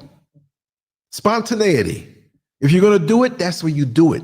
I'm living life and it happens to capture my life, but I'm not manufacturing a life or a scenario just to look a certain way. You see what I mean? That's what I'm into. That's what I'm into. Street culture was safe enough to learn from. You learn toughness, rhythm, negotiation, humor, and timing on the block. Skills no textbook offers. Now, outdoors is branded either dangerous or unnecessary, and life lessons are replaced by tutorials and influencers. Never hands-on anymore. Never will you have to learn how to deal with different types of personalities, different types of mentalities, different cultures. Hands-on. That's what New York taught me. Privacy protected identity. You can make mistakes and then rebrand your life and evolve privately. Today, one bad moment becomes permanent record, replayed, memed, and judged globally. I've said that a little early before, but a little different. You got to step careful out here. Anything you do, I mean, you could just be walking down the street minding your business and somebody's videotaping you. I mean, I'm not going to push the camera up in somebody's face. If somebody walks past my camera and they see it's a camera, oh well. But you got some sneaky people out here. And they're looking for something to happen, and they're quick on the draw. Life had pace, not pressure. There was a time to think, heal, dream, and grow. You weren't expected to be wealthy at 19, famous at 20, married by 25, yet flawless at all times. Today, human beings are expected to be products, polished, packaged, profitable, and constantly active. We're brands now. We're not human beings. Just brands to be sold. And it's sad. Now, what I'm going to do, and there's so many more points. I might do a part 2 and have so much more points because I got so much to say about that time. If anybody wants to come in and say anything, feel free. I just dropped the link that you can come on in. I got the banner up, so if you want to be incognito, you don't have to show your face. Even if I didn't have the banner up, you can block that part out. Even tonight, I was like, well, I'm not going to show my face. I missed a lot of people here because I was looking into my notes, and I want to acknowledge everybody. We got Eric. I'm going to read up from the bottom. Brother Landon. Stacy, how are you? Uncle Tate. Seeker of Truth. Okay. Callan Rowan. Okay, who else now? I said Stacy. I said Eric. Of course, I said Sister Queen Diane. Sweetberry. Yes, I'm glad you're here. Matthew White. And the Wolfmaster, yes. Sheila Hendricks, welcome in. The M3000, I think I acknowledged you earlier. Vince Jackson. Yes, R.I.P. John Amos, Esther Rowe, Bernadette Stannis. Wait a second. She passed away too? No, not Bernadette Stannis. I think you're just acknowledging everybody that was here. And Audrey Derman, Gaunt Predictions, Ralph Perry. I'm getting brain farts over here. I might start saying some names over and over. Pat likes Kool-Aid. That was in the very beginning. So yeah, it like I said, those days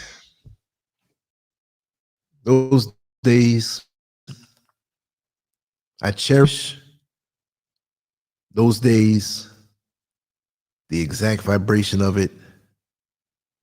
Yeah, I was just asking because it was said, you know, there was, I guess he was going through the list of names, but he said R.I.P. to John Amos and Esther Rowe. But then he said the rest of the names. So I don't know whether, if she passed away, we would have known about it. I know I would have got like 50 emails and text messages on that one, you know, especially the position she held in many young men's hearts back in the day. But like I was saying, you know, those days, sadly, will never be back. But those of us who carry that vibration, it's imperative that we share that vibration with each other, with those who remember it and those who never experienced it, to let them know that there's something better that we can create between ourselves to bring back that culture, that mentality, that morality. It's very important that we do that. See? Because like the Olympic flame that is always preserved, if we preserve it, those times, and light that flame in the younger folks, to let them know that there's better, We don't have to live so stringent and hold ourselves in and not be human, not laugh, not cry, not be joyous, not congratulate and not feel good for somebody else. It's almost strange these days when you see someone truly feel good for you and you realize your guard is up and you say, oh man, I feel bad. They were coming at me with good energy and I had my guard up. Let me drop it down and invite them in. Because realistically these days, unfortunately, 9 times out of 10, there's a hidden agenda or secret motivation. I always say those 2 words in combination because that covers everything. But there are still genuine people out here. And sometimes we have to be the ones that take the chance. Once we pick up the feeling in somebody and you see that smile come across their face, look at the smiles on the cast of good times in front of us. For those who are still here with us and those who have transitioned, I know they're taking the picture for the show and they have to smile, but still, they know how to smile. There is a glow and a warmth between them. I know everybody on that didn't get along all the time, but they were a family of sorts. And just like I said before in the beginning of the show, I'm way in West Africa. And many who are on the show are in America, in different parts of the world. But we all look up in the sky and see the same moon. Man, this world is big, but we have a commonality. We can look up and see the moon. We can look up and see the sun. So this is why I decided to put up a photo of a group of people who many of us have experienced through TV, like the moon, who we all see. There are people out here in Africa who know about good times all over the world. But I know those of us from that time period, we have a connection. And there may be some who don't know, but you can still tell by the feel, by what you're looking at. And this is what I remember seeing more of when I walk through my neighborhood, when I walk through my community. I can go over a certain friend's house and the friend may not be there. And the mother will invite me and just have a seat. He'll be back in 15 minutes. He just went to the store because I needed to get something from the store to cook dinner. And you offered your help. Is there anything around here I can help you with in the meantime? Oh, well, the garbage can back there is so heavy. Could you help me? Just, oh, no problem. No problem. And you take it upon yourself to do more. You're waiting for your friend to come back home. You move the garbage can, but you see leaves because it's fall. Leaves all over the driveway. You see a broom, you pick that broom up and you sweep that driveway. There's certain things you shouldn't have to be asked to do. You show your respect by your service, by how you treat people. And if we all did a little bit of that, man, it'll be heaven on earth. Because I know back in those days, the way we dealt with each other, yeah, there were fist fights, there were arguments, there were disputes, they had people that didn't like each other, but it was the closest thing to heaven on earth. And I'm talking about New York City. Now, I'm not one of those dudes who think I'm a big bad man from New York and I'm from New York. And no, I was no gangster. I was a good kid. I toughened up as I got older, of course. I got street smart as I got older, of course. But I had sense. For all the bullets that may be flying, you never see me trying to get in the path of one or cause myself to be a victim of that, right? We got Chicago, we got Detroit, Miami, Atlanta, right? You got different places over. Memphis, that's a rough joint. Pennsylvania, Philadelphia, Maryland. It's not about the toughness. Welcome on in, Sister Khadijah. Glad to see you in. I've been yapping my mouth for almost the last 2 hours. I'm going to wrap it down soon, and I will be coming back tomorrow with something else. I do hope to stay in tomorrow and get some things done and then wrap it up with a nice little talk like we did tonight. And I want to do something on a feel-good level, something nostalgic, something we can look back to, something that makes us feel good. But we all have that fire inside of us, of that righteousness, of the culture, of the love, and we can't let those people who are the puppet masters of the internet to have the algorithms always putting out something negative about us. We got to see past that because our minds are being manipulated. And many of us are like puppets just to echo the negativity that they saw. Balance it out. And of course, we're not going to be in denial that there is crime, that there are women getting SA'd, and you know what that means. That there's drug addiction, the fentanyl and the crack is still out there, the STDs, and a lot of us are acting a fool, pushing the odds. No, when I was in America, when I got home, I was the happiest cat because I know chances are nobody's going to knock down my door and do something to me or get me caught up in stuff. And I'll tell you, back in the day, when I was much younger in New York City, I was never one who was into the negative stuff, but I love to rip and run. And I got to say that I've seen a lot, and I found myself out in places that, not that I shouldn't have been in, but neighborhoods or things jumped off or whatever. I used to love to hop on the train late at night. Brother Kevin, he would tell you, he would even tell me, why are you leaving from Queens to go into Manhattan and it's 11:30 at night on the train and it's some blizzard weather? I said, man, I just want to go out there and see what's going on. I want to go out there and get some magazines so I can read tomorrow. You're crazy. And that's the reason why I saw so much. My father had his own business. He would take me around in the summertime or the weekend. Like I said, my parents were together, but I was in school, so I had to wait till those times. Taught me a lot from young. So when you think of a Floyd Mayweather being a great fighter, whether you like him or not, he was in the gym from young. I was up and down all around from young, seeing things and having it explained to me. So those times for me left more of an imprint and shaped me in my mind for the day. So that's why my memory is really long. And I know many here also had their own experiences.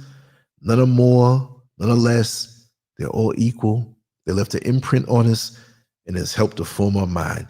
So I just want to thank all of the ancestors, the forebearers, the parents, grandparents, aunts, uncles, family members, good neighbors, good communities that we grew up in. We know that things are crucial, more so now these days, but we're here and we carry that baton. And it's up to us to find people who are worthy to pass that baton on to. Very important that we do that and keep it going because there's a lot coming against us as a community, but I'm not going to give up. A lot of times when I'm speaking, I may be a little heated. I saw something. I may spank some of us sometime and be mad, but you know it's out of love and you know it's done with surgical precision. So if I speak about a certain faction of us, it may not be all of us, right? Because there's exceptions to the rule. I'm not just going to throw a blanket statement and all of y'all. No. I take time and explain, set the show up, set the mindset up, the conversation up, so you know exactly where I'm going. That way people don't say, oh, that LANCESCURV is that prick. He's no good. It's not going to happen. Listen, y'all, I'm going to get ready to hit the sack. I didn't realize it's 1:54, but it's no problem. I said I'm going to stay up. Yeah, I'm 5 hours ahead of the East Coast and 8 hours ahead of the West Coast. So over there on the West Coast, it's still got to be light. And before I go, maybe if a lot of folks left, a lot of folks are still here. My voice is kind of getting dry because I didn't drink that much before I did the show. We start doing roll calls where we're from in the chat room, even in the comments section. Let's see how global we really are. But I'm broadcasting from Ghana, West Africa.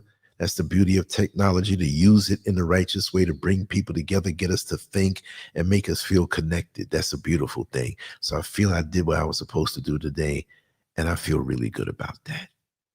And yes, just like the poster on the banner, the name of the show is Good Times. We got to know that we got good times coming through. Oh, we got Elijah coming through. I'm ready to leave out, but I'll let you have a few words, brother. Come on in. Yeah, man. What you said for the past hour was so beautiful, so needed, man. It's very refreshing, very, very refreshing. And the subject is how's it different back then from today? I'm paraphrasing, Yes, and what's different is it's only one difference, and that's called drugs.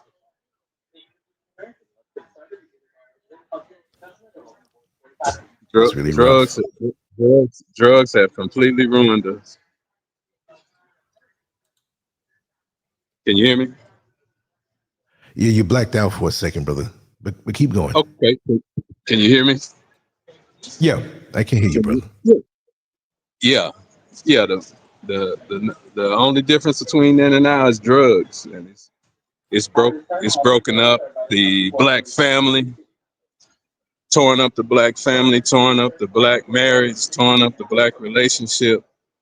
America is 4% of the world's population, but uses 96% of the world's drugs. And that's So, something.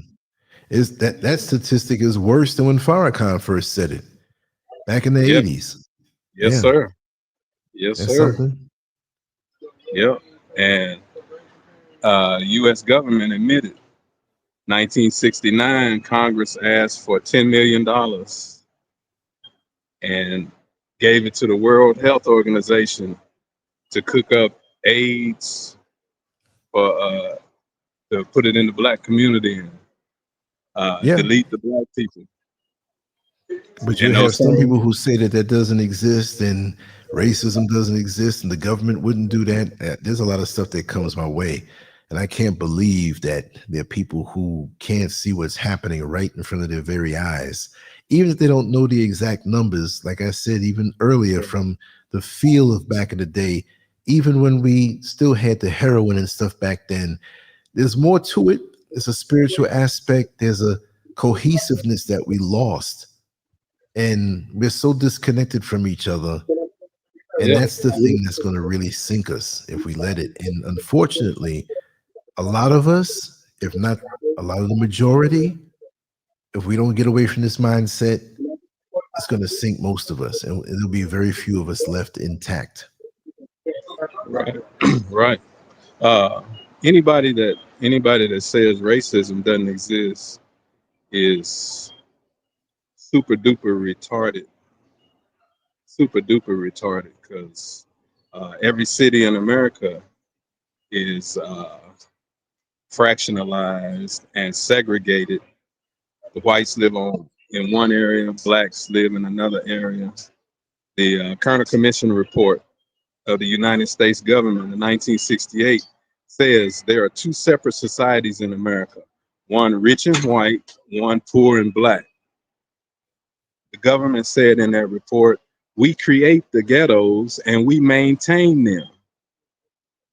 So anybody talking like that is super dumb, super ignorant, super retarded, and hadn't done any kind of homework whatsoever, any kind of reading, nothing. They've done none of that. Or no experience. And see, I get a lot of people who throw that stuff at me and have no experience living in America.